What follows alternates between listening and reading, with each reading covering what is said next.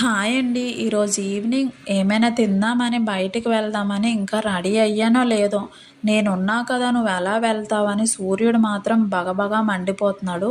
Time చూస్తే 5 అయింది కానీ ఎండ మాత్రం ఇంకా పోలేదండి.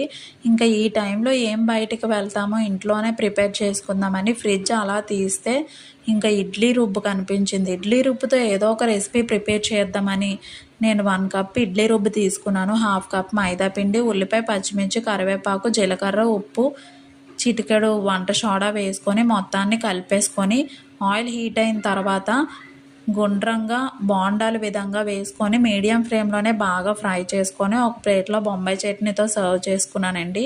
బొంబాయి చట్నీతో కానీ పల్లీల చట్నీతో కానీ చాలా బాగుంటుంది.